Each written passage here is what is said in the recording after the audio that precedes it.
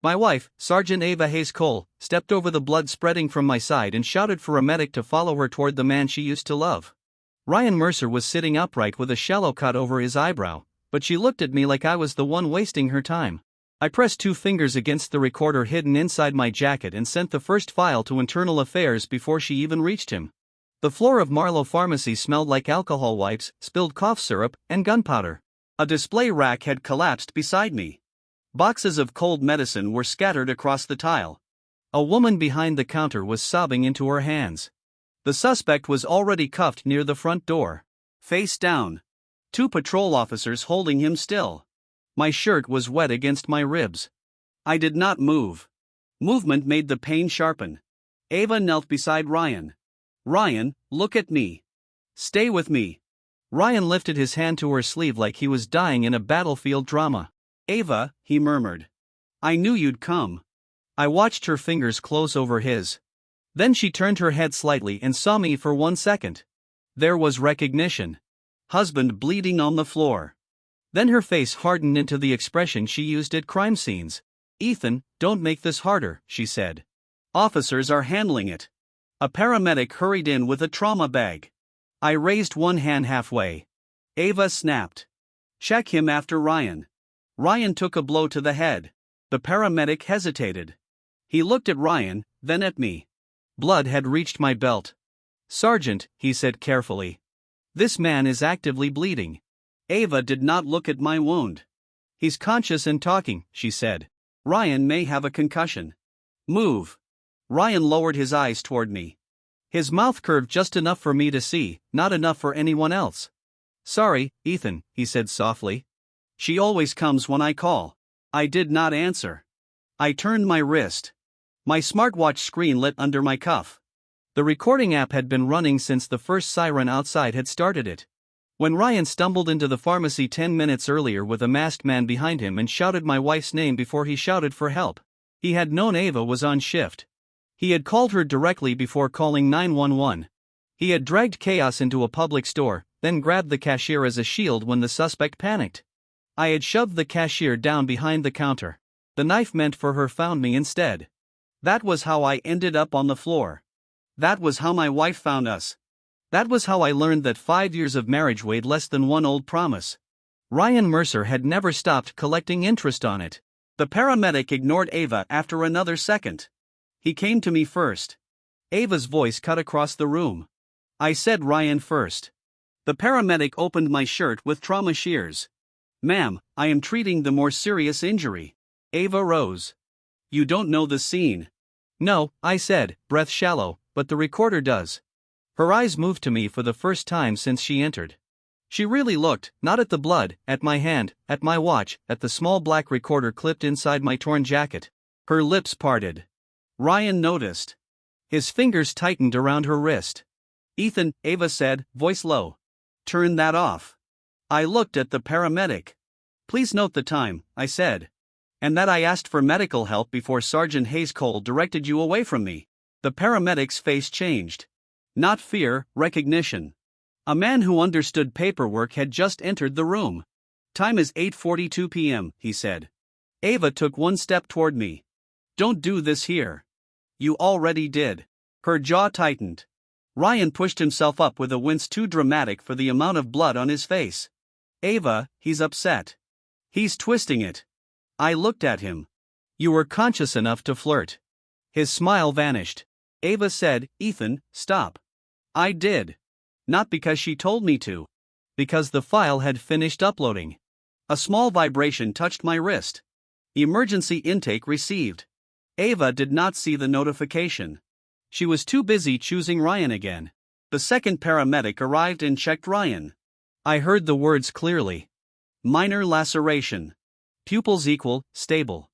Ryan tried to interrupt my assessment. You can write in for evaluation, the medic said, but he goes first. He pointed at me. Ava looked offended as if basic triage had insulted her marriage. The officers near the door stopped pretending not to listen.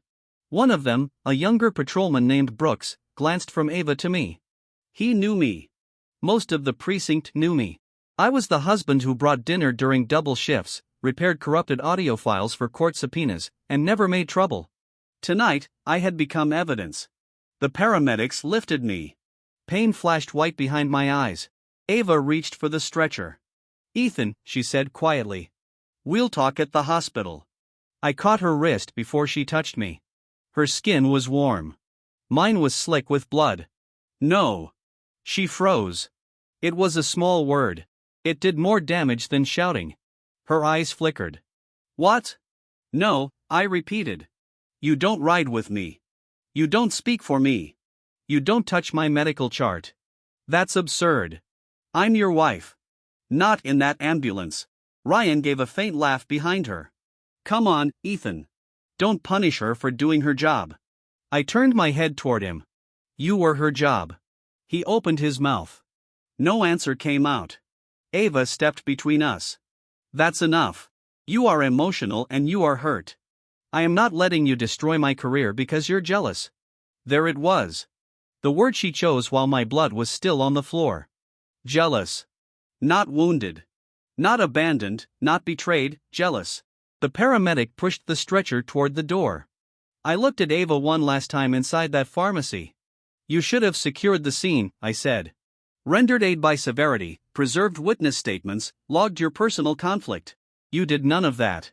Her face lost color around the mouth. I continued, "And you said it all on tape." The ambulance doors closed before she could answer. Inside, the medic started in earnest and pressed gauze against my side. "You really sent it to IIA?" he asked. "Yes." He nodded once. "Good." I stared at the ceiling lights as the ambulance moved. My phone buzzed in the pocket they had cut away from my jacket. A message preview lit the cracked screen.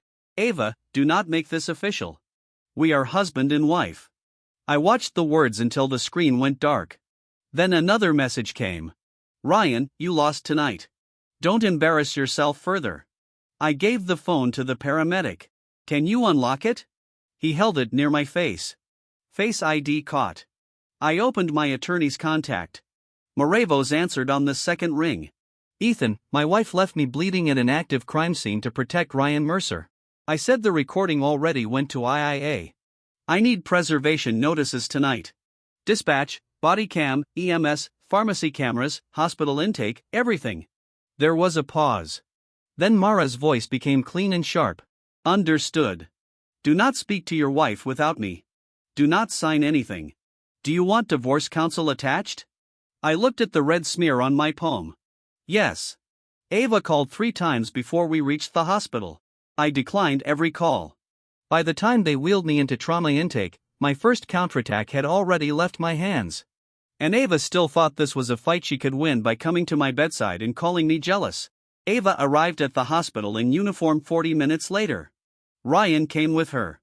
He had a white bandage over his eyebrow, a fresh hoodie over his shoulders, and my wife's hand around his elbow like he might collapse from the weight of his own performance. I was in a curtain bay with 6 stitches under my ribs and a police officer outside the door because I was both victim and witness. Ava pushed the curtain aside without asking. "Leave us," she told the officer. The officer did not move. Ava's eyes narrowed. "Brooks." Officer Brooks shifted his weight. He was young, but he was not stupid.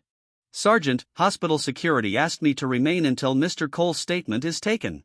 I'm his wife and involved in the incident." The words landed hard. Ava's shoulders stiffened. Ryan stepped in before she could answer. "Ethan, you hear how ridiculous this sounds." He smiled at Brooks, then at me. "Ava saved lives tonight. You're making it look like some soap opera." I looked at his bandage. "Did the pharmacy run out of smaller ones?" His smile thinned. Ava came closer. Her voice dropped into the tone she used when she wanted obedience without witnesses noticing. "You are going to tell IA this was a misunderstanding. No, you are in pain. You misread the scene. No, you don't understand. Operational decisions." I turned my head toward Brooks. "Please note, Sergeant Hayes Cole is attempting to influence my statement before counsel arrives." Brooks swallowed. Ava stared at me like I had slapped her. "Ethan, you wanted official language," I said. "There it is." Ryan moved to the foot of my bed. He placed both hands on the rail like he owned the room. "You know what this is really about? You've never gotten over the fact that Ava and I had history." I looked at him. You mean the history you keep bringing into my marriage? Ava snapped. Do not start. I didn't. I said, you brought him to my hospital room. He was part of the incident. He was part of the betrayal. For the first time, Ava looked around. She noticed Brooks, the nurse at the medication cart, the old man in the next bay, pretending not to listen. Her public face returned. Ryan, wait outside. Ryan blinked. Ava, outside. He obeyed, but not before leaning closer to me. His voice barely carried. She'll forgive me before she forgives you. I reached for my phone. Ava saw the movement. Are you recording me again? Yes. Her mouth opened. I clicked the screen and placed it on the blanket between us. You are a police sergeant in my hospital room discussing an active IIA complaint. Assume everything is recorded. Ava's face tightened with anger. Then something else. Fear. She pulled a folded paper from her jacket. I need you to sign this. I looked at it. Not a hospital form, not a victim statement, a typed narrative.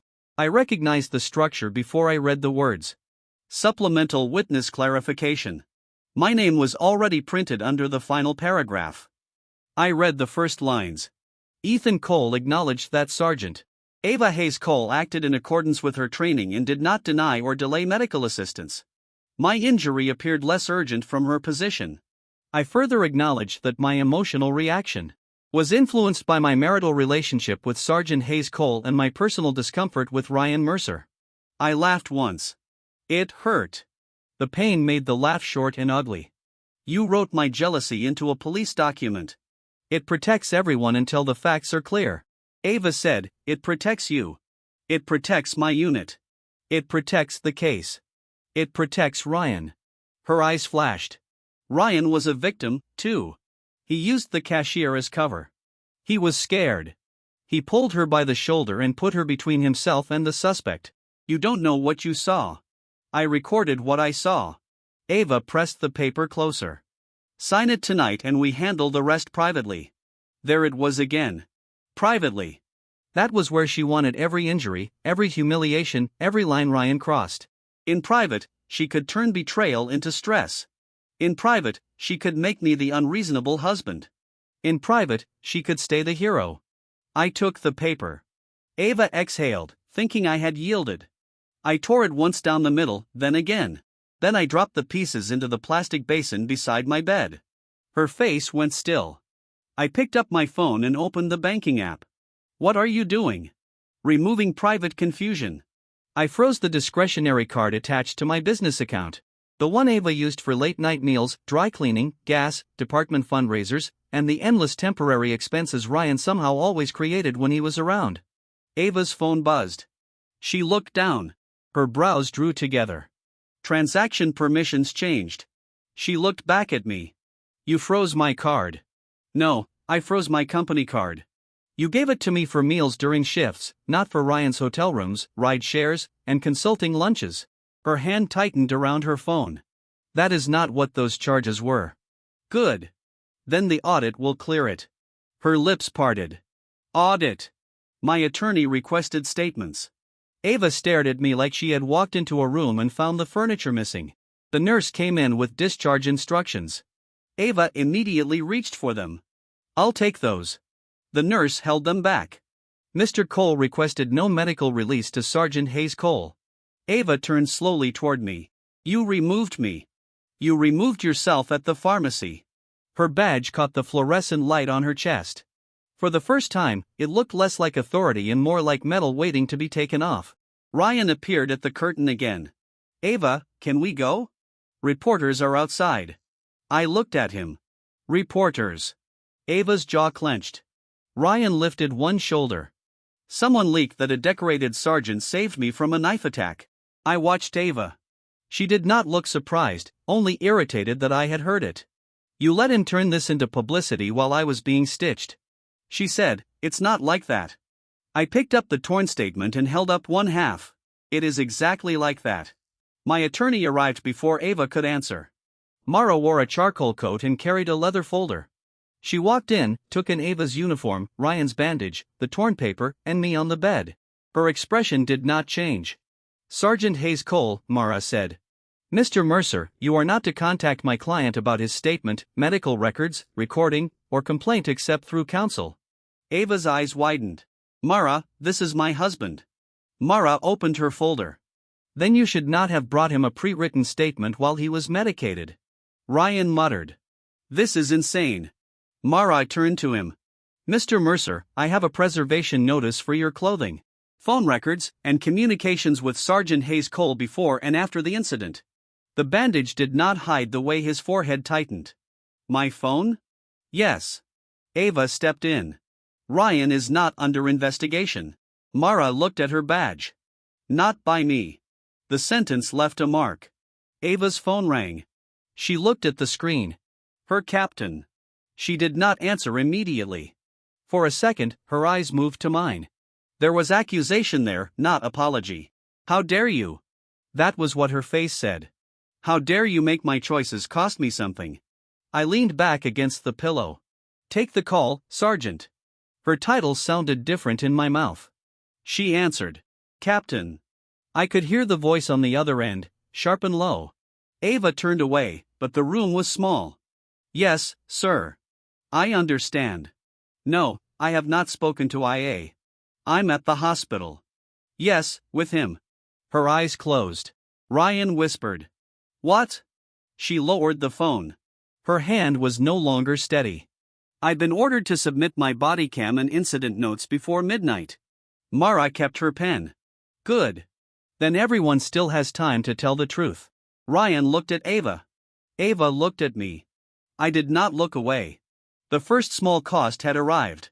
Not enough, but enough for her to understand that I had stopped being the man who cleaned blood off the floor so she could keep walking across it. Mara drove me home after midnight because I refused to let Ava near the discharge paperwork.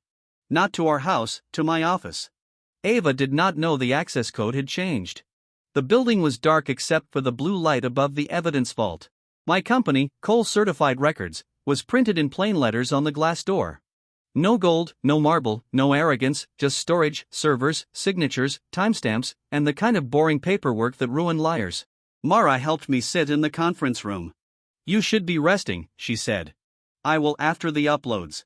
She gave me a look but opened her laptop. That was why I trusted Mara. She argued once, then moved. I connected my phone, smartwatch, dashcam backup, and recorder. Each file was copied into the secure archive. Hash values generated. Timestamps locked. Chain of custody. Labels printed.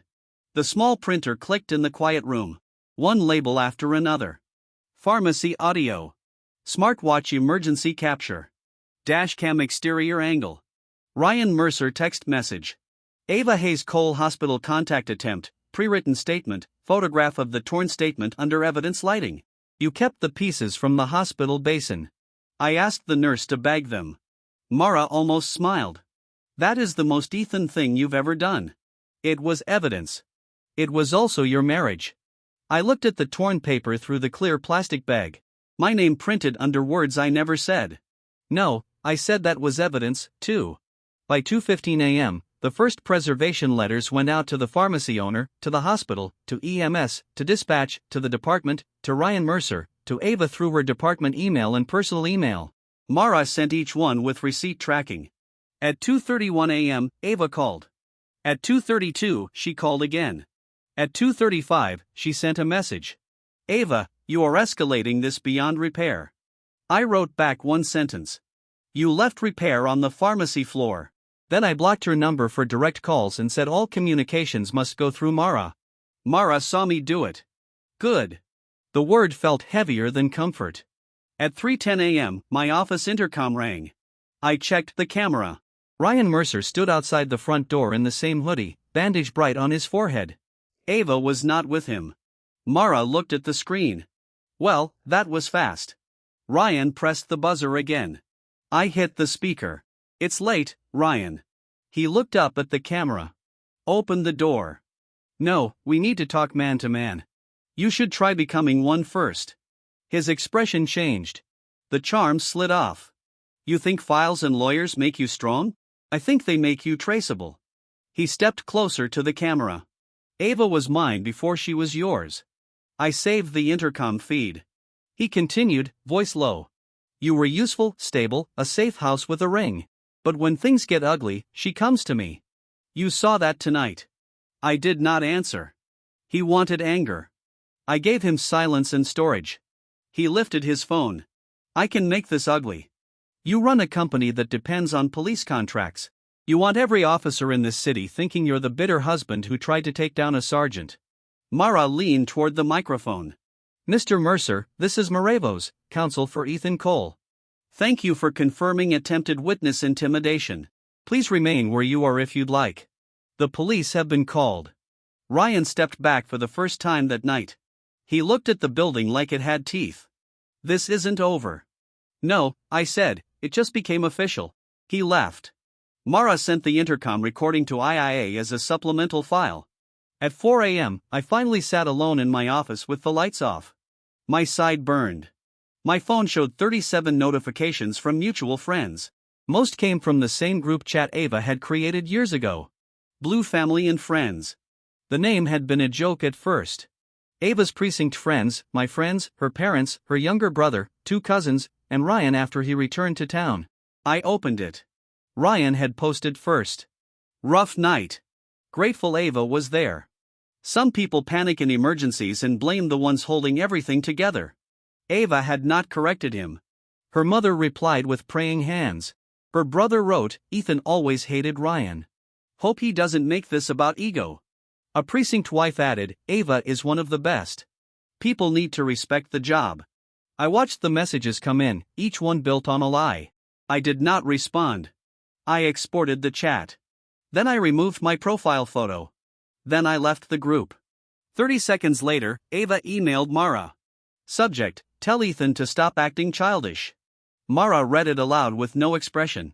Inside the email, Ava wrote that I was emotionally unstable, humiliated by the presence of an old friend, and weaponizing a workplace incident because of marital insecurity.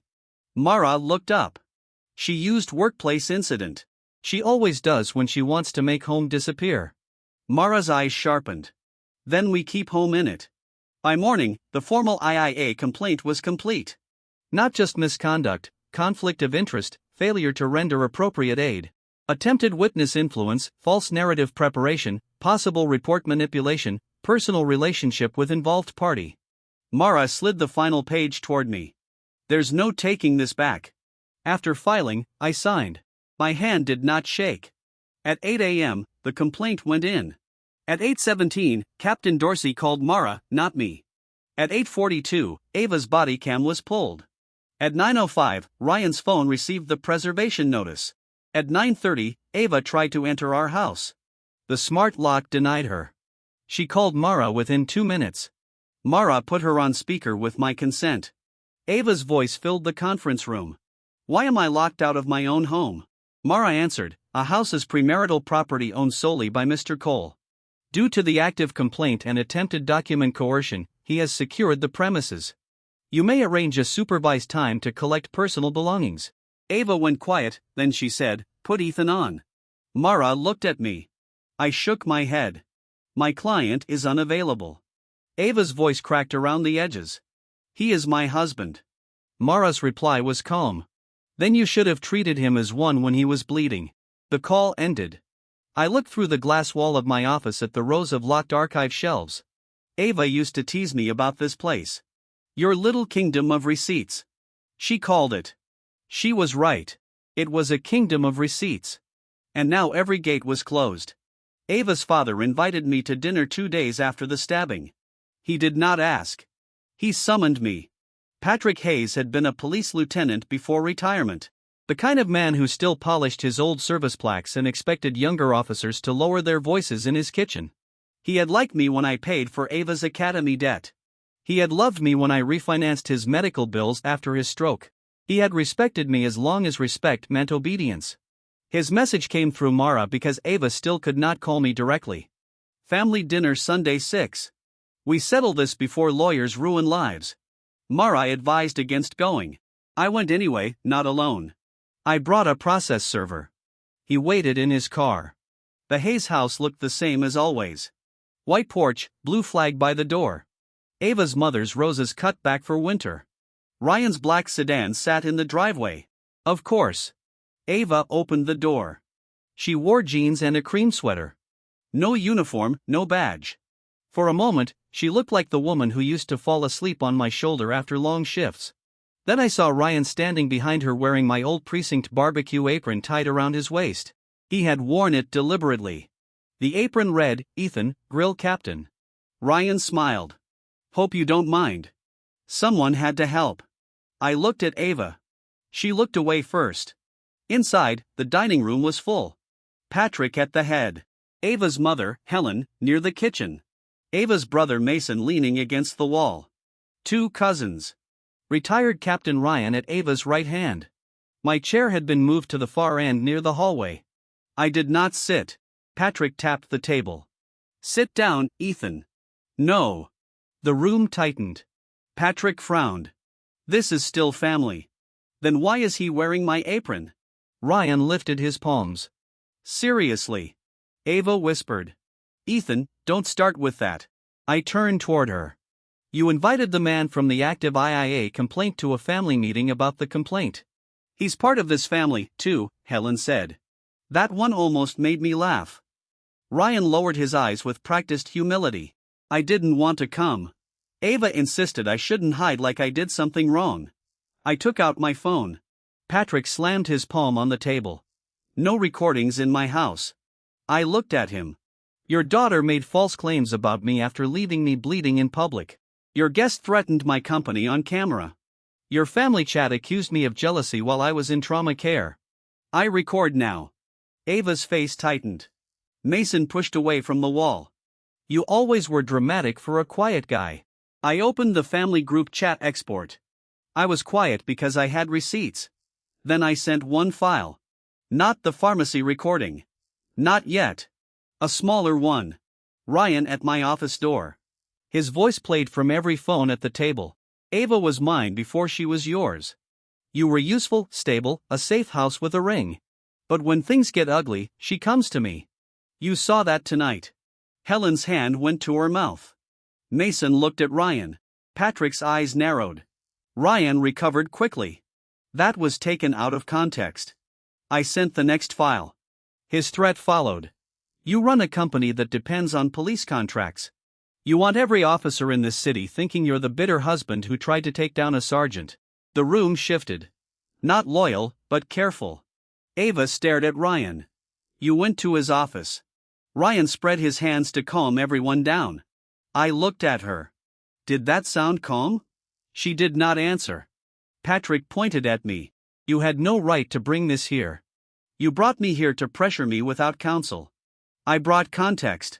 Ryan untied the apron and threw it on a chair. "This is pathetic. He's trying to make me look like the villain because Ava did her job." I opened a folded document and placed it on the table. "Since you enjoy wearing my things, let's talk about the SUV." Ryan's expression flickered. Ava's head turned toward me. "What SUV?" "The black Denali he drove here in. Registered to Cole Certified Records, assigned to Ava for commuting and emergency department travel. GPS shows Ryan has used it 26 times in 6 weeks." Ava stood. Ryan's jaw tightened. "You said it was fine." Ava said, "I said you could borrow it once when your car was in the shop." I took out the spare key and pressed the remote through the window outside. The Denali chirped. Then the engine disabled through the fleet app. Ryan's phone buzzed. The room watched him pull it out. His face told them everything before he spoke. I said, "Vehicle access revoked. If you drive it again, it will be reported stolen." Mason muttered, "Come on, Ethan." I turned to him.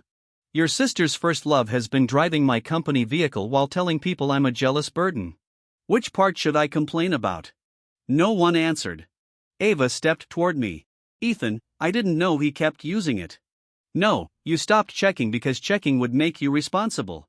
Her hands fell to her sides. I placed another envelope on the table. Patrick looked at it like it might explode. "What is that?" "A supervised property retrieval schedule. Ava can collect her personal belongings Wednesday from 2 to 4 o'clock.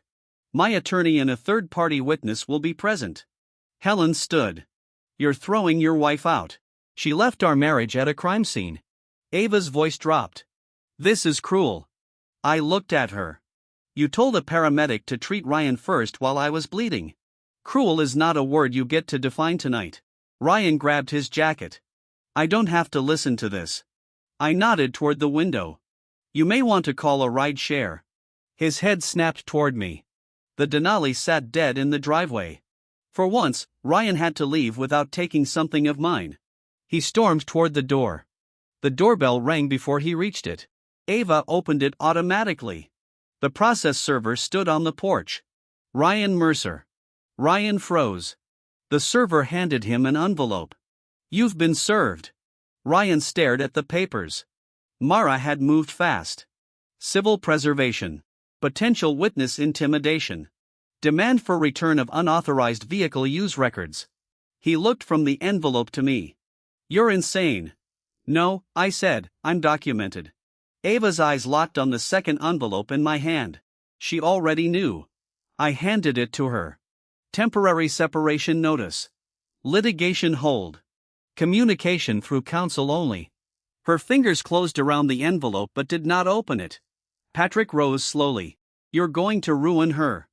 I looked at the old lieutenant who had taught his daughter that uniforms could make consequences negotiable. No, I said, she made choices in uniform. I'm refusing to pay for them out of our marriage. I left before dessert. Behind me, voices rose. Ryan's first, then Patrick's, then Ava's. Sharper than both. By the time I reached my car, the family group chat had gone silent. Ava had wanted a dinner where everyone would make me small. Instead, Ryan walked out holding legal papers. Ava held a separation notice and my old chair stayed empty at the end of the table. That was the first time she understood something simple. I was no longer asking her to choose. I had already chosen for myself. Ava's first official report reached IIA on Monday. Mara read it aloud in my office. The language was polished, too polished. I could hear Ava in the structure, but Ryan in the poison. Upon arrival, I observed my spouse, Ethan Cole, moving unpredictably within the scene.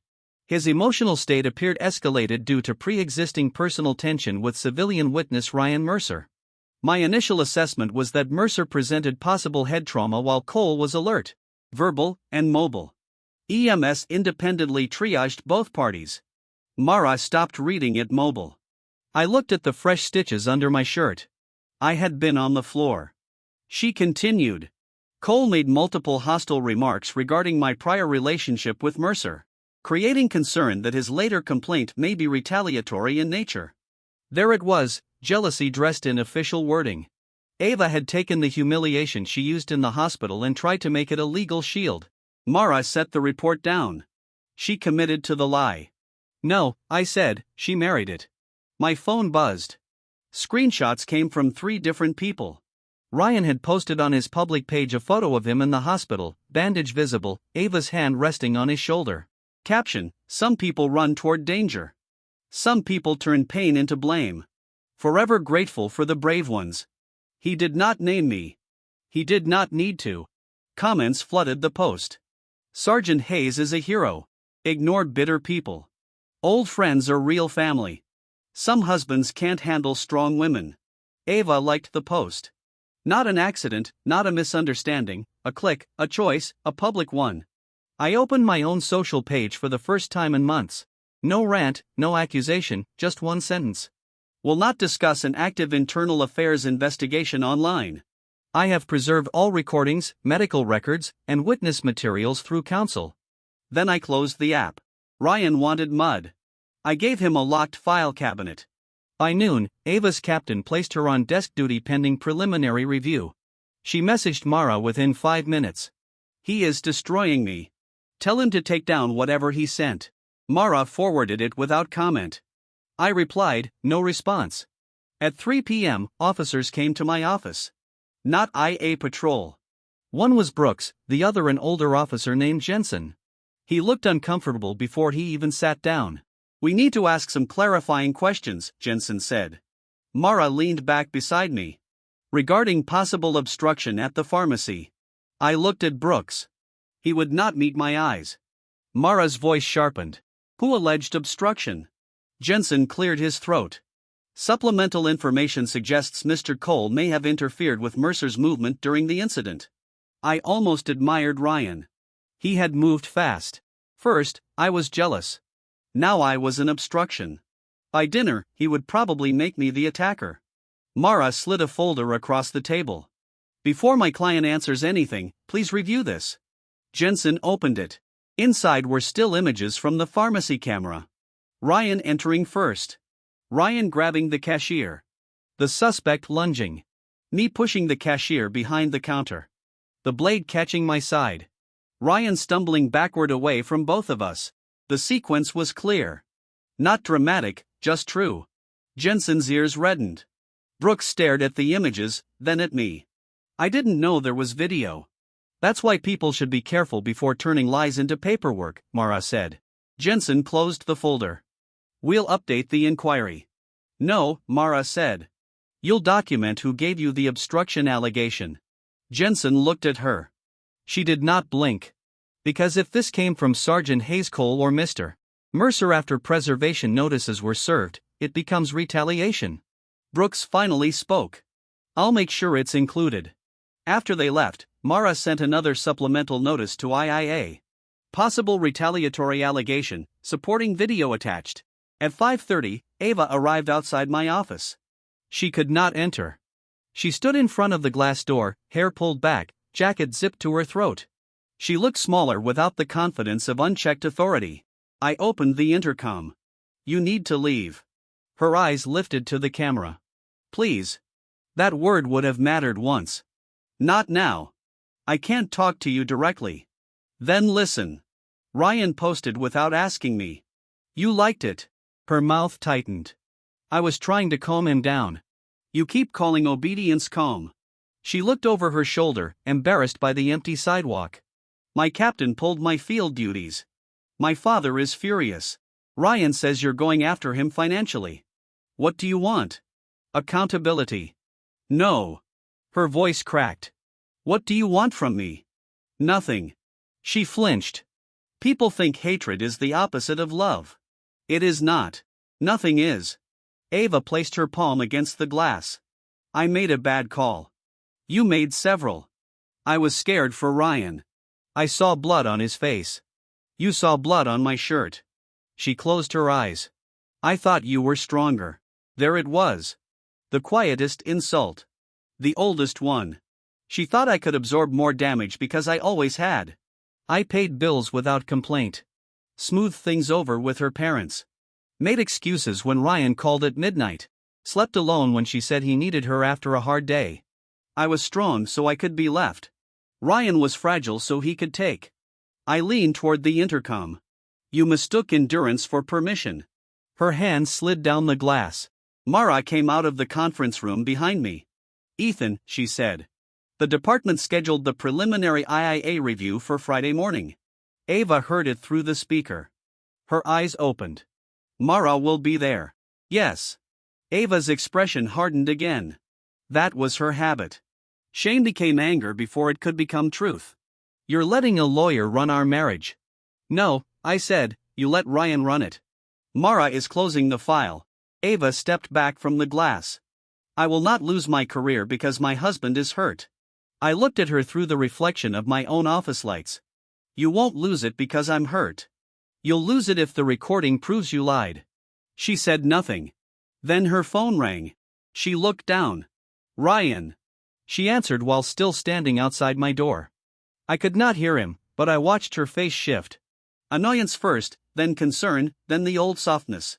She turned away from me and said, I'm coming. I saved the security footage.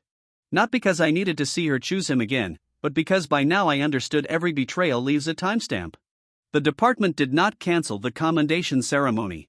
That was the first sign they wanted to protect the image before they protected the facts.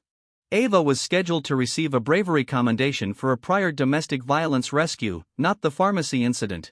The ceremony had been planned for weeks, families, donors, local press, city council members.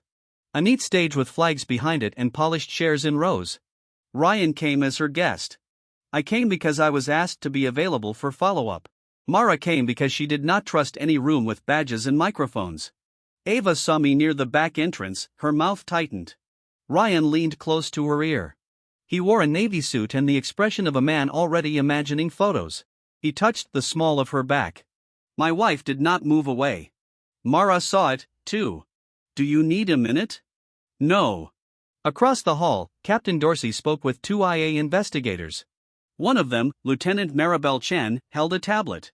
She looked at me, then at Ava, then at Ryan, unimpressed. Good. The ceremony began at 10 a.m. The chief gave a speech about honor, public trust, and the weight of the badge. Ava sat in the front row. Ryan sat beside her. Her father sat 2 seats down, jaws set with family pride and private rage. Helen dabbed her eyes before anything had happened.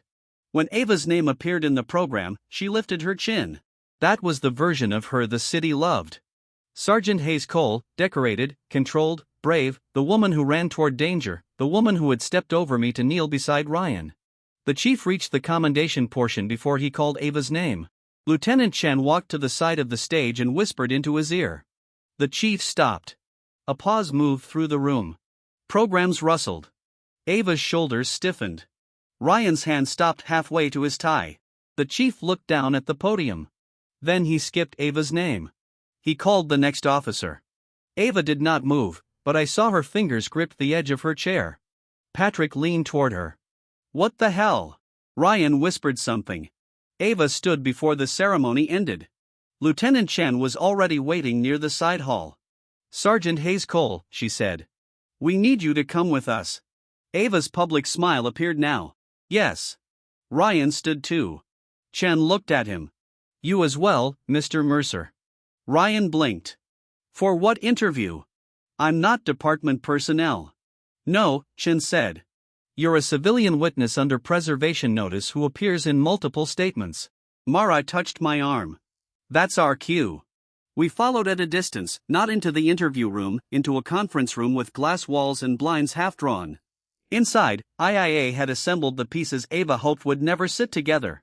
Dispatch log, EMS timeline, pharmacy surveillance, body cam pull, hospital record, my certified audio, Ryan's public post, Ava's report, the pre-written statement she brought to my hospital bed. Lieutenant Chen began with the dispatch log. Call received at 8:31 p.m. First unit on scene. 8:39, Sergeant Hayes Cole arrived. 8:41 EMS entered. 8:42. She tapped the tablet. EMS notes. Active bleeding from Ethan Cole. Minor superficial laceration to Ryan Mercer. No loss of consciousness observed. Ryan shifted. That medic barely looked at me. Chen looked at him. He did on camera. She played the EMS body cam. The room filled with the sound of the pharmacy. My breathing. Ava's command. Check him after Ryan. Ryan took a blow to the head. The paramedics reply, Sergeant, this man is actively bleeding. Ava's face tightened. Ryan looked at the table. Chen stopped the clip. Sergeant, your report states EMS independently triaged both parties without direction from you. Ava said that was my recollection. Mara wrote something down. Chen played the next clip. Ava's voice again. I said Ryan first. No one spoke. Chen turned to Ryan. Mr. Mercer, your public statement described Sergeant Hayes Cole as saving you from a knife attack.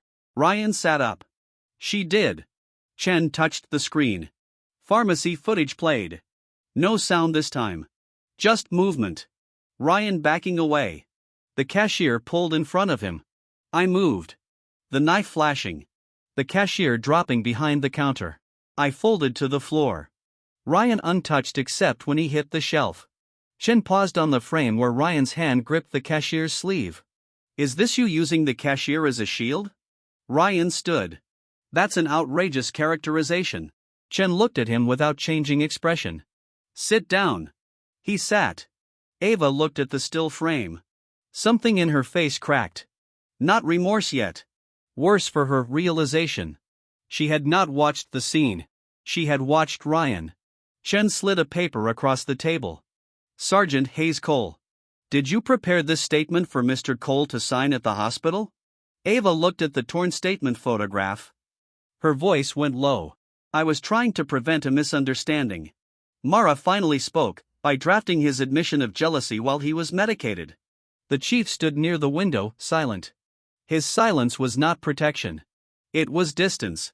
Ava noticed, her eyes moved to him. Chief. He did not answer. Chen continued, pending further investigation. You are placed on administrative leave.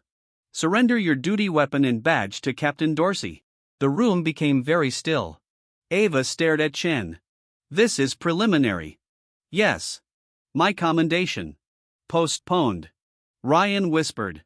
Ava, don't hand them anything without union counsel. Chen looked at him.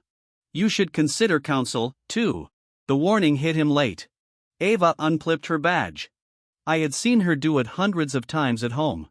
At night, she placed it in the ceramic dish by the door. In the morning, she pinned it on with the same calm motion. This time was different. Her thumb dragged over the shield number. She held it longer than necessary. Then she placed it on the table, metal against wood. A small sound, a large ending. Her duty weapon followed. Captain Dorsey signed the receipt. Ava's eyes lifted and found me through the glass wall. For once, she did not look angry. She looked exposed. Ryan stood too quickly. This is because of him, he said, pointing at me through the glass. He has a vendetta. Chen turned. No, Mr. Mercer. This is because recordings have timestamps. Mara leaned close to me. Stage 1. I nodded. Not victory. Not yet. Ava walked out of the room with no badge on her belt. Reporters in the hall turned. They had come for a hero photo. They got my wife leaving a ceremony under IIA escort. Ryan tried to stay beside her, but Lieutenant Chen stopped him. Separate interviews. Ava looked back at him for the first time since the pharmacy. Ryan did not reach for her. He was too busy looking for the nearest exit. Administrative leave changed Ava's voice. It stripped the command out first, then the certainty. 3 days after the ceremony, she sent an email through Mara. I want to speak to my husband, not his attorney.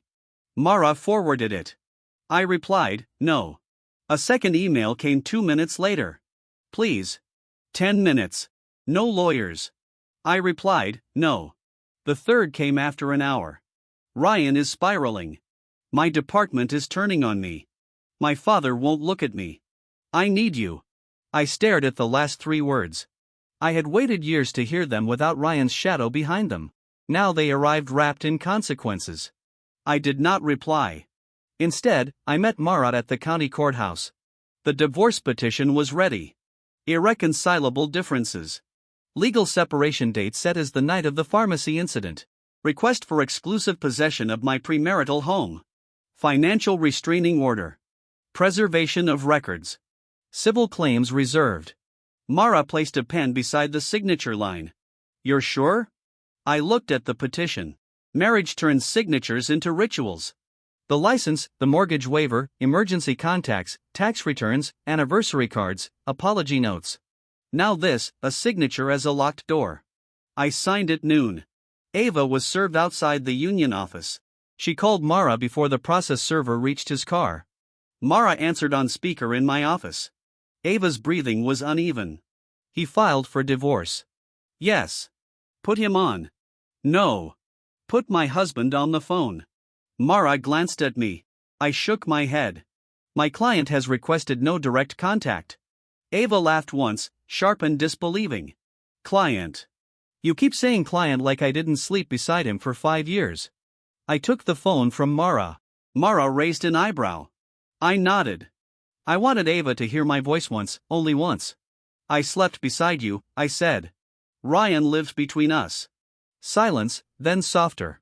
Ethan. No emotional calls, no private meetings, no statements, no access to the house without scheduling. The divorce goes through counsel. You can't end 5 years like this. I didn't. Her breath caught. I made a mistake at a scene. You made a choice at a scene, then a false report, then a hospital statement, then a public lie, then you let Ryan smear me. Which one is the mistake? I was trying to protect my career. You protected Ryan first. He needed me. So did I. The words landed, but I did not let them pull anything out of me. Ava whispered. I'm sorry. I looked at the divorce petition copy on my desk. You're sorry now because the badge is on a table. No, that's not fair. Fair was the paramedic treating the bleeding man first.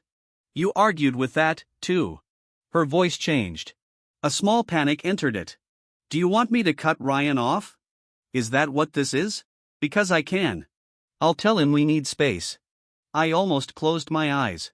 Need space? Even now, she treated him as a room she might return to later. No, I said. No. I don't want you to perform loyalty after consequences. Keep him, lose him, marry him, blame him, I don't care. That's not true. It is becoming true. She went quiet. That scared her more than anger. I handed the phone back to Mara. Mara ended the call. By evening, Ryan made his next move. He filed a complaint with my largest private client, a regional law firm, claiming my company had misused law enforcement materials for personal retaliation. He copied 3 attorneys, a union rep, and an assistant city manager. It looked formal. It sounded serious. It was also stupid. Not because Ryan was dumb, because he did not understand my contracts. My company did not store department evidence without authorization. It stored materials provided by private parties, attorneys, witnesses, and civil clients. My own recordings were mine. My medical records were mine. My office security footage was mine. Every transfer to IIA had a submission receipt and legal cover. I forwarded Ryan's complaint to Mara. She sent 1 response. 7 attachments, 2 contract clauses, 3 chain of custody certifications, 1 defamation notice, 1 demand that Ryan preserve all communications related to his accusation. The law firm replied within 20 minutes. We have no concerns with Mr. Cole's compliance. We will not participate in personal retaliation. Ryan's email chain died there, but Ava did not know that yet. At 9 p.m., my doorbell camera caught her. Outside the house, she wore the gray coat I bought her after her first promotion. A small overnight bag sat by her feet. She pressed the bell. I answered through the speaker. You're not scheduled. I have nowhere else to go tonight. Your parents' house. My father told me not to come until I fixed this. Ryan's place. Her face twisted. That's cruel. It's accurate. She looked toward the dark street. I didn't know he sent that complaint to your client. You didn't stop him from posting either. I can't control everything he does, but you controlled every door he used to enter my life. Her hands curled into fists. I said I was sorry and you filed for divorce. She looked up at the camera. Are you really going to throw me away because of one night? No, I'm ending a marriage where one night finally told the truth. Her lips trembled. Then she reached into her coat pocket. She pulled out her wedding ring for 1 second. I thought she might throw it. Instead, she held it up like proof. I still wear mine. I looked at the ring through the camera feed. I had already removed mine. It sat in a labeled evidence bag in my office, photographed for the divorce file because Ava had paid for Ryan's consulting dinner with the card used to purchase that ring. Everything connected eventually. That's your choice, I said. Do you still wear yours? No. She lowered her hand. The street light caught the pale circle on her finger where the ring had shielded skin from sun. Funny, a mark left by something no longer there. Ava stood outside for 9 minutes. I did not open the door. When she finally walked away, her phone lit in her hand. I knew before the camera caught the screen glow against her face. Ryan again. She answered. Not because she loved him more, because she had trained herself to respond when he called. That was the last night I thought of Ryan as my rival. A rival competes. Ryan consumed. Ava had fed him until he became the appetite that ate her badge, her marriage, and soon the last of her excuses. Ava's mother came to my office on Thursday morning with a casserole. That was Helen Hayes. When consequences became too sharp, she wrapped them in foil and called it care. The receptionist buzzed me. Mrs. Hayes is here. Send her up. Helen looked older than she had at dinner. Her hair was pinned neatly, but her eyes were swollen. She placed the casserole on my conference table like an offering. I know you probably haven't been eating. I have. Oh. She sat for a full minute. Neither of us spoke. Then she said, Patrick is angry. I know. He says, you're punishing the whole family. I'm protecting myself from it. Her fingers twisted around her purse strap. Ava made mistakes, but losing her job, her marriage. Ethan, that's a lot. I leaned back carefully, my stitches pulled if I moved too fast. Ask me what she cost me. Helen looked down. I took out a folder, not evidence from the pharmacy. Home evidence, marriage evidence, bank statements, loan payments, tuition receipts, medical transfers, car insurance, credit cards, the quiet architecture under Ava's impressive life. I slid the first page across. Ava's academy debt paid by me before the wedding. Helen's fingers touched the paper. Second page. Patrick's post-stroke medical balance paid through my home equity line. Ava asked me not to mention it because he was proud. Helen's face changed. She had not known. Third, Mason's DUI attorney. Paid by me. Listed as a personal loan. Never repaid. She whispered. Mason said Ava handled that. She handled asking me. Fourth, Ryan Mercer consulting lunches. Hotel deposits, ride shares, and one payment labeled case prep all charged to the card I gave Ava for shift expenses. Helen stared. That can't be right. Then ask her. Her mouth opened, but no defense came. I did not enjoy this. That mattered. Revenge can become dirty when it starts needing applause. I did not need Helen to clap. I needed her to stop arriving with casserole and guilt. She told you I was jealous. I said. She did not tell you I had been financing the stage Ryan stood on. Helen covered her mouth. He came back after his divorce. She said softly. Ava said he had no one. He had my wife. Helen's eyes filled. I'm sorry. It was the first apology from that family that did not have a demand attached. I nodded once. Thank you. She pushed the casserole slightly toward me. I pushed the folder slightly toward her. Take copies. Patrick should know what he's defending. Helen left without the casserole. By noon, Mason called Mara. He wanted to clear up misunderstandings about the DUI loan. Mara informed him that any family financial discussions would be handled in divorce discovery if relevant. He hung up at 2. Patrick emailed me directly. Subject, man to man. I did not open it. Mara did. She laughed without humor. He wants to repay the medical balance if you withdraw the IIA complaint. I looked at the ceiling. He thinks this is a bill. He's offering $20,000. The balance was $86,000. Mara's eyebrows rose. And he called it man-to-man. Forward it to IA as potential family pressure on a complainant. She did. By evening, Ava's family group chat had split into smaller, panicked conversations. People who called me dramatic now wanted copies of receipts.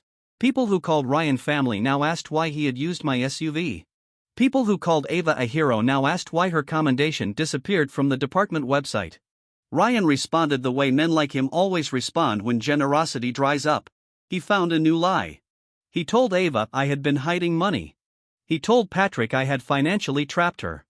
He told Mason I would come after the whole family unless they stood together. Then he sent Ava a screenshot from one of my company dashboards, a restricted client portal. He captioned it.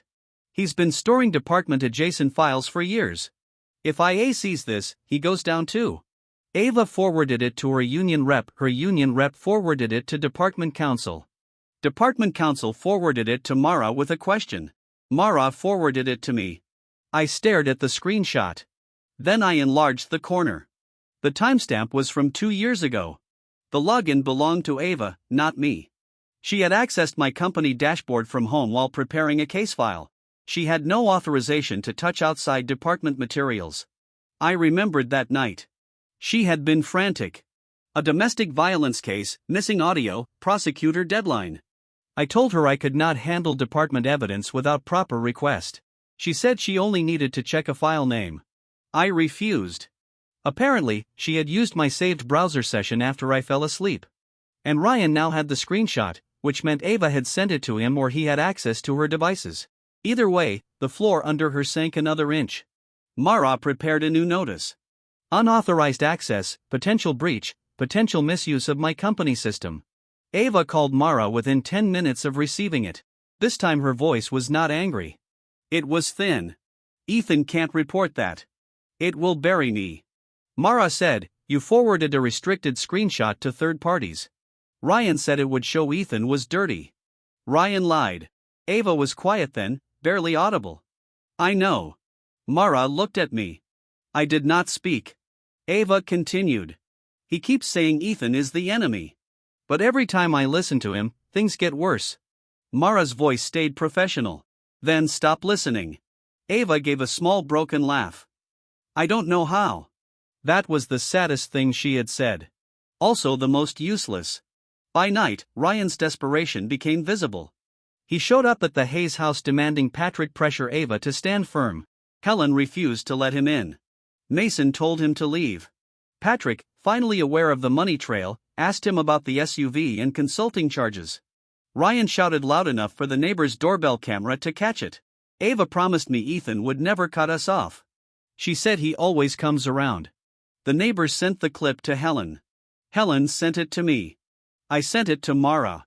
Mara sent it to IIA. Another timestamp. Another truth. Ava had never expected to become disposable. At 11:40 p.m., Ava emailed. I didn't know he saw you as a resource. I read it twice, then I wrote back through Mara. You both did. He was just less polite about it. For the first time, Ava did not reply. Ryan tried to frame me on a Monday. By Tuesday, he needed a criminal attorney. His plan was not stupid at first glance. He sent IIA an anonymous packet claiming I had edited the pharmacy recording. The packet included a USB drive, a printed waveform comparison, and a statement from a supposed audio technician saying, my file showed signs of manipulation. It was aimed at my strongest weapon. If the recording became questionable, Ava's report could be written off as conflicting memory instead of misconduct. Ryan understood enough to attack the evidence chain. He did not understand enough to beat mine. Lieutenant Chen called Mara at 8:12 a.m. By 8:40, we were in an IIA conference room. Chen placed the USB drive on the table without touching it directly. Do you recognize this submission? No, I said. Mara added, we request it be handled as evidence of potential fabrication. Chen nodded. We already suspected as much. She opened a separate folder. Inside was the printed waveform comparison. The technician's name was at the bottom. Dale Norton. I knew him, not personally, by reputation. A freelance audio specialist who once lost court qualification after overstating findings in a custody case. Mara saw my face. You know the name. He sells false certainty to people who don't understand audio. Chen tapped the paper. The claim is your recording has an insertion gap at 8:42. It doesn't. We need a formal response. I opened my laptop. This was not a speech. This was my ground. I pulled the original archived file, then the hash certificate, then the automatic backup for my smartwatch cloud, then the phone metadata, then the ambulance call log where I referenced the recording before any editing could have occurred, then the IIA intake receipt showing upload at 8:47 p.m. before I reached the hospital. Mara slid each item into order. Original files submitted within minutes of the event. She said, independent device backup hash value unchanged. Third-party EMS reference confirming existence. Any alleged later edit is impossible unless Mr. Cole traveled while bleeding in an ambulance. Chen's expression shifted. Then she played the USB file Ryan had sent. The audio was close to mine but not identical. Ava's line, I said Ryan first, had been clipped and surrounded by noise, making it sound less direct. Ryan's taunt, she always comes when I call, was missing. In its place was a burst of static, a shoddy edit good enough for social media. Fatal inside an evidence room. Chen looked at the forensic tech beside her. He said the anonymous file is altered. Mara asked, anonymous? Chen placed another paper on the table. The packet was mailed from a print center. Payment card belongs to Ryan Mercer. There it was. Not rumor, not inference. Receipt. Ryan had tried to plant tampered evidence in an IIA investigation and paid with his own card. At 10:30, IIA requested police investigative support.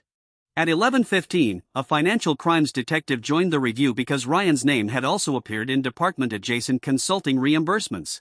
By noon, Ryan was called in. He arrived with Ava. She believed she could fix everything. Even now, she came when he called. But this time she entered a building where every hallway had cameras and every conversation could become evidence. Ryan looked irritated. Not afraid. Ava looked like she had not slept. When she saw me, she stopped. Ethan. I did not respond. Ryan snorted, still hiding behind lawyers. Mara said, still mailing forged audio. His eyes flashed. I don't know what you're talking about. Lieutenant Chen opened the interview room door. Mr. Mercer. Ryan stepped inside. Ava moved to follow. Chen blocked her. Separate interviews. Ava looked startled. I'm here as support. No, Chen said. You're a subject in a connected misconduct investigation. That word hit harder than any dismissal. Subject. Ava sat in the hallway across from me for 20 minutes. She said nothing. Then she whispered, "Did he really alter audio?" I looked at her. You tell me. I didn't know. You keep saying that after bringing him into every room. Her hands clasped together. He told me you edited your recording and you believed him. I didn't want to believe you'd destroy me. I didn't destroy the recording. Her eyes filled, but she forced the tears back. Performative tears were still a bargaining tool for Ava. She had used them on her father, on captains, on me. I would not accept them as exhibits. Inside the interview room, voices rose. Ryan first, then Chen, low and controlled, then another male voice asking about payments. Ava flinched at the word payments.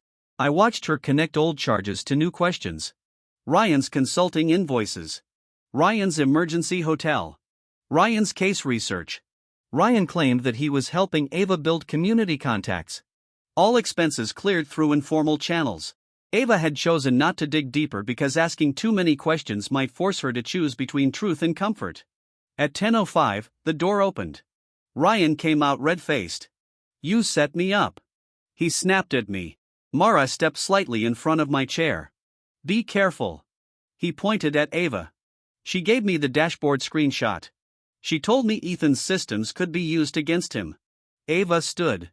What? Ryan's voice sharpened. You did. Don't act innocent now. You said if he pushed too far, we'd show he wasn't clean either. Ava's lips parted. I said I was scared he had everything documented.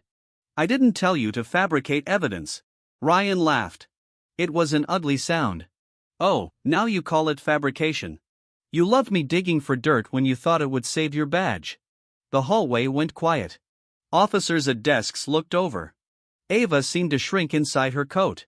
There is a special kind of pain in seeing the person you protected lay out your guilt more clearly than any enemy ever could. Ryan had stopped pretending she was precious. Now she was useful in a different way. As a scapegoat. Chen came out behind him. Mr. Mercer, Detective Alvarez would like to speak with you regarding fraudulent submissions and reimbursement records. Ryan's face changed. Am I being detained? Not at this time. Mara leaned toward me. He needs legal counsel. Ryan did not take the hint. He looked at Ava again. Tell them you approved the invoices. Ava stared at him. He pressed harder. You did? You said Ethan never checked. You said the card was basically yours. Ava whispered. Ryan, stop. No, you stop.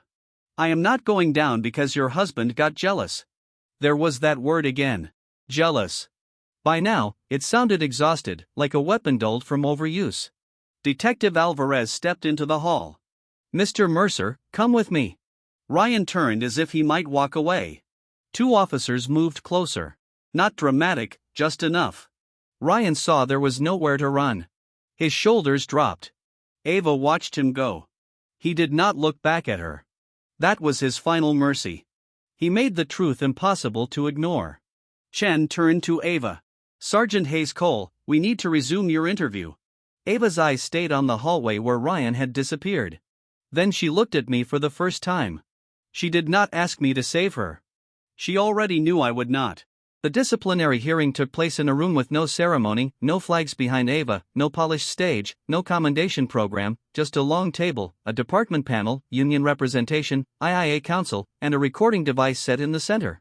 Ava wore a dark blazer. She had tried to appear professional, but without the uniform, without the badge, without Ryan beside her, the room no longer bent to accommodate her. I sat with Mara on the witness side. I did not look at Ava unless called upon. Ryan was absent. His attorney had advised him not to appear voluntarily because the financial crimes investigation had expanded. That was the polite phrasing. The plain truth was simple. Ryan had run out of other people's spaces to hide inside. Lieutenant Chen walked the panel through the timeline. Dispatch, arrival, EMS body cam footage, hospital statement, public social media post, altered audio attempt. Unauthorized dashboard screenshot. Unresolved reimbursement inquiries. Each piece of evidence presented separately. No shouting, no grand speeches. That made it harder for Ava. Consequences delivered calmly left nowhere to hide. Then Chen played the recording. Not short clips. The full file. My breathing came first, ragged. The background noise of the pharmacy. Ava's boots. Her voice. Ryan. Look at me. Stay with me. Then Ryan. Ava. I knew you'd come. Then the paramedic's voice. Here. My voice, weaker than I remembered. Here, Ava. Check him after Ryan. Ryan took a blow to the head. The paramedic. Sergeant. This man is actively bleeding. Ava. He's conscious and talking. Ryan may have a concussion. Move. The panel members studied their documents. No one met Ava's eyes. The recording continued. Ryan's quiet taunt echoed. Sorry, Ethan. She always comes when I call. Ava closed her eyes. Then my voice. Please note the time and that I asked for medical help before Sergeant Hayes Cole directed you away from me. The paramedic. Time is 8:42 p.m. Then Ava. Ethan, turn that off. Chin paused the audio. The silence afterward was not empty. It held every truth Ava had spent weeks denying. Panel Chair Reeves folded his hands. Sergeant Hayes Cole, do you dispute that this is your voice? Ava swallowed. No. Do you dispute that you directed EMS to attend to Mr. Mercer ahead of Mr. Cole? No. Do you dispute that your official report omitted that directive? Her union representative leaned in and whispered advice. Ava stared at the table. No. Reeves continued. Do you dispute attempting to obtain a signed statement from Mr. Cole at the hospital characterizing his formal complaint as emotional and rooted in jealousy? Ava's voice grew smaller. No. Do you dispute your personal history with Mr. Mercer created an inherent conflict of interest at the crime scene? She closed her eyes once more. No. The union rep whispered urgently. Ava shook her head once. She finally understood that denial had become heavier than admission. Reeves looked at the file. Did you believe Mr. Cole deserved less urgent medical aid simply because he was your husband? Ava lifted her head. No. Then why did you prioritize Mr. Mercer? Her mouth opened. Nothing came. The real explanation was not procedural. It was not tactical. It could never be justified. Ryan had trained her to respond to his needs first. She had convinced herself I could wait. She assumed marriage guaranteed I would still be there even after she stepped over my bleeding body. She said, I made a personal decision in a professional moment. It was the closest thing to honest testimony she could offer. Reeves nodded. That personal decision compromised scene integrity, medical triage standards, reporting integrity, and public trust in the department. Ava's fingers interlocked tightly. The panel moved to the altered audio issue. Ava claimed she had no advance knowledge Ryan would fabricate evidence. Maybe that was true. Maybe not. It no longer mattered in the way she hoped. She had given him access to information. She had forwarded materials. She had repeated his accusations. She had allowed him to hide behind her official position. Her career did not end because she once loved Ryan. It ended because she continually carved out space for him within duties that allowed no room for former lovers. After 3 hours, the panel recessed. Ava stood near the hallway window. I walked to the vending machine because my pain medication required food and I had not eaten. She followed. Ethan. Mara stood 10 feet away. I gave her a slight nod. 1 minute. Ava stopped beside the humming machine. Her reflection looked pale in the glass. I heard myself, she said. I pressed the button for crackers. They dropped. The recording. No, she shook her head. I mean, I truly heard myself. The way I talked about you as if you were merely background. The crackers fell. I bent down slowly to pick them up. My stitches had healed, but the surrounding muscles still pulled. Ava saw me wince. Her face crumpled. I saw the blood that night. She whispered. I saw it. Ryan looked at me and you chose. She nodded once. A tear slid down her cheek. She wiped it fast as if tears had finally become embarrassing even to herself. I thought you'd understand. I looked at her. That is the most honest thing you have said. Her mouth trembled. I thought you would understand anything I did. Yes, because you knew I loved you. Because I spent years proving there would be no consequences. I was expected to endure hardship quietly. Ryan was expected to be coddled in his fragility. I leaned toward her. You mistook my endurance for permission. Her hand slid down the glass pane. Mara walked out of the conference room behind me. Ethan, she said. The department scheduled the preliminary IIA review for Friday morning. Ava heard it.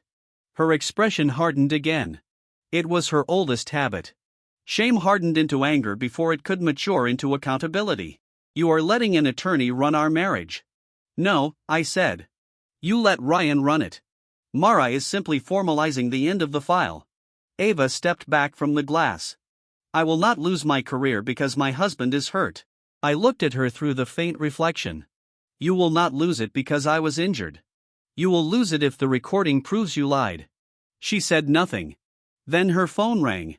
She glanced down. Ryan. She answered while still standing outside my door. I could not hear his voice, yet I watched her expression shift. Annoyance first, then concern, then that familiar soft warmth. She turned away from me and said, I'm coming. Reeves called everyone back in. The final decision was read without drama: termination, decertification, referral, internal sustained findings for neglect of duty, false reporting, conflict of interest violation, and conduct unbecoming. Referral of related materials to the prosecutor for review. Ava had to surrender the remaining department property that afternoon. Her badge was already gone. Now it was final. No desk duty, no suspension, no transfer. Gone. She sat very still while the words landed. Then she turned her head toward me. I did not give her anger. I did not give her comfort. I gave her the same thing she gave me when I was bleeding. Distance. Divorce mediation was held in a glass office above a bakery. The smell of warm bread came through the vents while Ava lost the last pieces of the life she thought would wait for her. She arrived with her attorney, her mother, and no ring. Patrick did not come. Mason did not come. Ryan definitely did not come. I sat across from her with Mara. On the table between us were 3 stacks. Divorce, property, civil claims. Ava looked at the stacks like they were weapons. They were not. They were consequences with page numbers. The mediator began gently. We are here to resolve as much as possible without additional litigation. Mara opened the first folder. Mr. Cole's premarital home remains his sole property. Sergeant Hayes Cole vacated after supervised retrieval. No claim. Ava's attorney nodded. Ava said, Ava, not Sergeant. Mara looked at her. Miss Hayes, then. That seemed to hurt more. A name without rank. The mediator continued. Vehicles. Mara said, the Denali is company property. Access revoked. Miss Hayes has her personal sedan which is subject to remaining loan payments in her name. Ava looked at me. You know, I can't afford that now. I said, nothing. Mara answered. My client will not assume post-separation personal debt. Ethan. Ava said. Mara lifted a hand. All communication through counsel. Ava's attorney touched her sleeve. She sat back. Next stack. Financial accounts. The joint account had been funded mostly by me. Household bills were already separated. Ava's personal savings were small. Her legal fees were growing. Then came reimbursements. Unauthorized use of company card. Ryan's hotel. Ryan's ride share. Ryan's meals. Ryan's consulting charges. Ava stared at the total $43,620. Her attorney exhaled slowly. We dispute intent. Mara said, we are open to repayment schedule instead of immediate civil filing. Ava's eyes lifted. You're suing me. I am recovering company funds. I said that card was for us. No, it was for shift expenses. Ryan was not a shift. Her lips pressed together. The mediator moved quickly. Civil injury claim. Mara's voice stayed even. Mr. Cole reserves claims related to witness intimidation, attempted statement coercion, reputational harm, and emotional distress connected to the incident, and subsequent false allegations. Ava's attorney asked for a caucus. We separated into different rooms. Through the glass wall, I watched Ava sit with her head bowed while her attorney spoke. Helen held Ava's hand. For years, Helen had looked at me like the man lucky enough to join their brave family. Now, she looked at me through the glass like a mother who knew I was not coming back to save her daughter. Mara sat beside me. You're doing fine. I know. You don't have to watch. Yes, I do. She did not ask why. Because I needed to see the truth complete itself. Ava had always been strongest in motion, in uniform, at scenes, in arguments, crossing rooms, giving orders. Now she was still, paperwork pinned her down. The mediator brought us back after 20 minutes. Ava's attorney proposed no contest divorce. Ava waives claim to the house. Ava accepts repayment responsibility for half the unauthorized charges, arguing Ryan should bear the rest. Ava signs a non-disparagement agreement. Ava provides written admission that Ethan did not obstruct police work. Ava withdraws all informal allegations. Ava cooperates in claims against Ryan. Mara looked at me. I nodded with additions. Mara said, and Ava's attorney braced. Full repayment obligation remains joint and several between Ms. Hayes and Mr. Mercer for company charges until recovered. Mr. Cole may pursue either party. Ms. Hayes signs affidavit acknowledging she attempted to obtain a pre-written statement while Mr. Cole was under medical care. Ms. Hayes confirms no marital reconciliation is under discussion. Ava's head snapped up. That last part is humiliating. I finally looked directly at her. No, it's accurate. Her eyes shone. Why does it need to be written? Because you keep hiding behind the title of wife when rules catch you. She recoiled. Mara slid the page forward.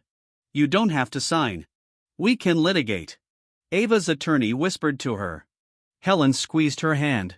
Ava picked up the pen. Her hand hovered over the paper. I remembered the hospital, the statement she wanted me to sign, the words she wrote for me. Now she faced her own. She signed one page, then another, then another. With each signature, something she had taken for granted became formalized as lost. At the end, the mediator asked if there was anything else. Ava said, 5 minutes alone. Mara answered before I did. No. Ava's voice broke. Please, I signed everything. That was not a bargain, I said.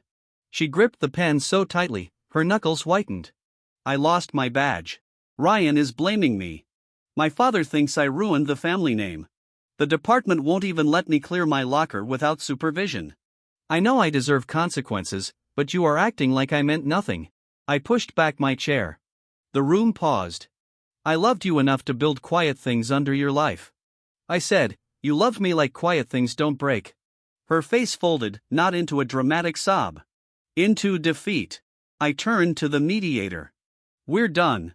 Outside the building, Ava followed me to the sidewalk. Mara stayed close. Ethan, Ava said. I stopped. The afternoon was bright. People walked past carrying coffee and bread. Life had the nerve to continue. Ava stood 3 feet away. No badge, no ring, no Ryan. I don't know who I am without the job, she said. I believed her.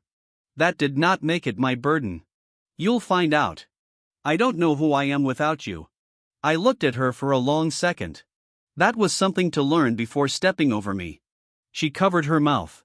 My phone buzzed. Mara checked hers, too. A message from Lieutenant Chun. Ryan Mercer has entered a cooperation interview. He is alleging Ms. Hayes approved disputed reimbursements and encouraged use of altered materials. Prosecutor review expanded. Mara showed me. Ava saw enough of the screen to understand. Her knees seemed to weaken. He's saying what? Mara, put the phone away. Speak to your attorney. Ava looked at me as if I could stop the next wave. I could not. More importantly, I would not. A black sedan pulled up for me. Before I got in, Ava said my name one last time. Not sergeant voice, not wife voice, just a woman watching the last door close. I entered the car. Mara sat beside me. The driver pulled away. In the side mirror, Ava stood on the sidewalk holding signed papers in both hands while people moved around her. That was the irreversible part. Not the badge, not the money, not even the divorce. It was the moment she realized my silence no longer meant I was staying. Ryan Mercer pleaded guilty to 2 counts 6 months later. Not every charge stuck. That is real life. But enough did. Fraudulent reimbursement submissions. Fabricated evidence submission connected to an administrative investigation. He avoided prison at first sentencing because his attorney argued cooperation, lack of prior felony convictions, and emotional entanglement. He did not avoid restitution. He did not avoid probation. He did not avoid the civil judgment Mara secured against him for unauthorized vehicle use, reputational damage, and company funds. He also did not avoid becoming the story men like him fear most. Not villain, liability. No department consultant would touch him. No law firm wanted him near a case. No non-profit board wanted his name in meeting minutes. The people who once called him charming began using safer words. Troubled, complicated, unfortunate. Ava was not charged with a felony. That was the part her mother thanked God for, but the prosecutor referred her admissions back to the decertification board. The department sustained the termination.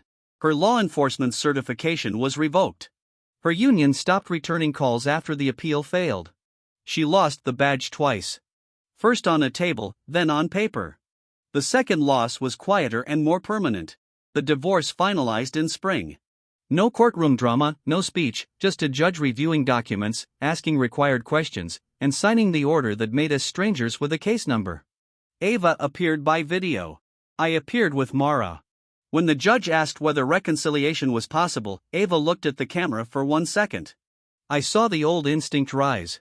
A plea, a story, a last attempt to make private pain soften public consequence. Then her attorney touched her arm. Off-screen, Ava lowered her eyes. "No, Your Honor."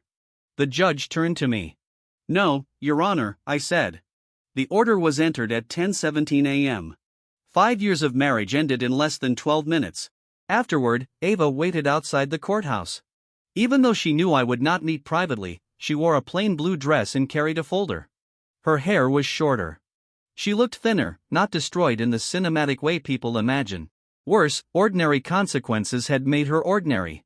Mara saw her first. "Do you want to use the side exit?" "No." We walked out the front. Ava stood. "I'm not here to ask you back." "That's good." She nodded as if she deserved that. "I wanted to give you this." She held out the folder. Mara took it before I could. Inside was the final repayment schedule she had signed, plus a cashier's check for the first amount. Not enough to fix anything. Enough to prove her attorney had told her reality was not optional. "I sold my sedan," Ava said. "Moved in with my mother. Dad still barely speaks to me." I said nothing. She continued because silence makes guilty people fill rooms. "Ryan tried to call me after sentencing." I looked at her then. "Did you answer?" "No." For the first time, that answer came without pride, just exhaustion. He said, "We both got ruined because of you." I used to think that, too.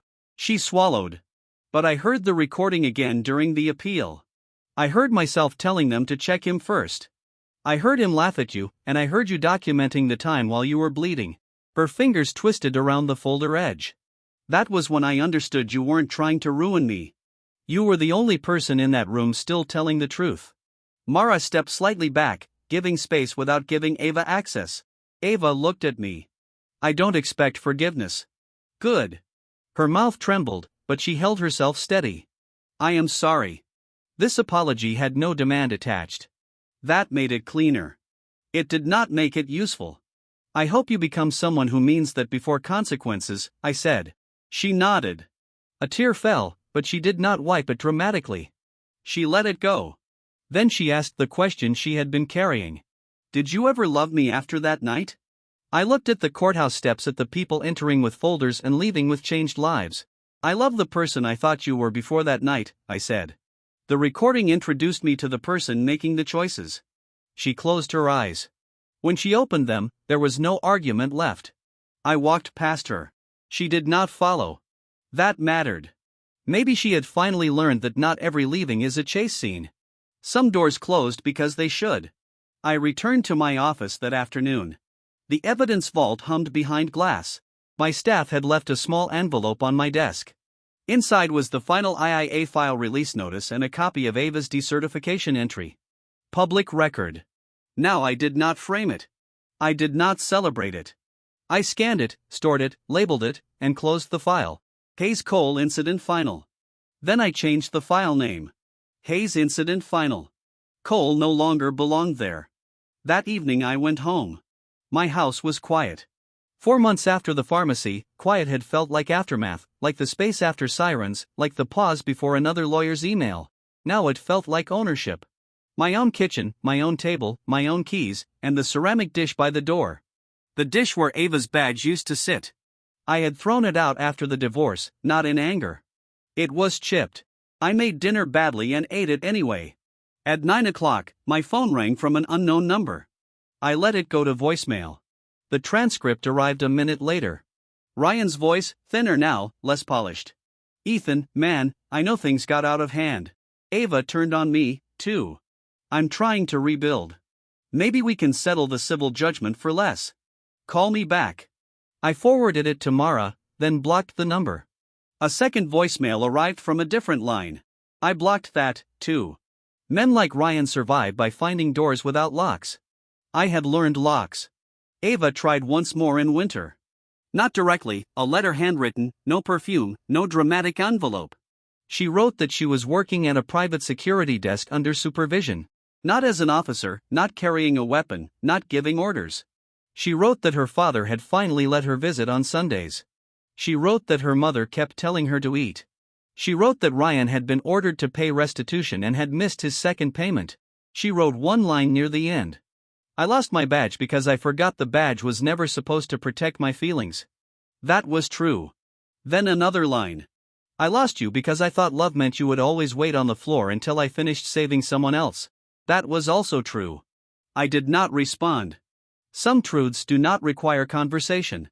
I placed the letter in the legal archive, not the personal drawer. That was where it belonged. Ava lost her badge, her career, her marriage, her house access, her public image, her family's blind loyalty, and the man who had quietly held her life together. She lost them because she made betrayal official, then tried to cover it with authority. Ryan lost the borrowed status he wore like a uniform. He lost the SUV, the money pipeline, the heroic lie, the consulting work, and the protection Ava had given him. He became a debtor with a record, a cautionary name, and a man no serious room wanted inside it. As for me, I did not become cruel. I became unavailable. There is a difference. Cruelty would have been wanting Ava to bleed the way I bled. Unavailable meant letting the record show what happened and refusing to soften it afterward. The last time I passed Marlowe Pharmacy, the broken display rack had been replaced. The glass door had a new security sticker. The cashier was back at work. She saw me through the window and lifted a hand. I lifted mine back for a moment. I looked at the tile near the cold medicine aisle. Clean now. No blood, no sirens, no wife stepping over me. My phone buzzed. Mara, final restitution payment from Hayes received. Ryan, still delinquent, proceeding with enforcement. I typed back, proceed. Then I put the phone away and kept walking. I did not look back at the pharmacy again. I had already given the recording to Internal Affairs. The badge was gone. The marriage was gone. The version of me who would have waited for Ava to choose me was gone, too. And unlike her badge, unlike Ryan's lies, unlike the life she thought she could keep after stepping over my blood, I was not something she could appeal.